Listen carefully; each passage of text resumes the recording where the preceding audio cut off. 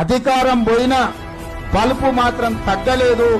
నీ బలుపు అనగదీసే బాధ్యత ఇక్కడున్న మా కాంగ్రెస్ పార్టీ కార్యకర్తలు తీసుకుంటారని చెప్పి ఈ టీఆర్ఎస్ సన్నాసులకు నేను చెప్పదలుచుకున్నా.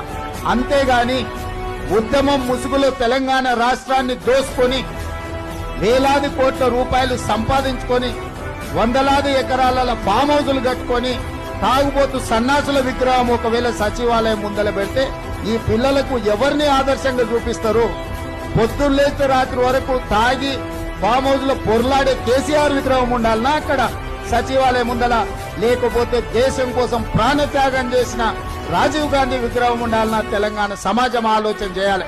నీకు అధికారం అనేది కలలో మాట, కలలో కూడా నీకు అధికారం రాదు. అసెంబ్లీ ఎన్నికల్లో 39 సీట్లు ఇస్తే పార్లమెంట్ లో వస్తే 7 సీట్లలో డిపాజిట్ పోయింది, 15 సీట్లలో థర్డ్ ప్లేస్ లో వచ్చిన సన్నాసి నీ పార్టీ మళ్ళీ అధికారంలోకి వస్తుందా?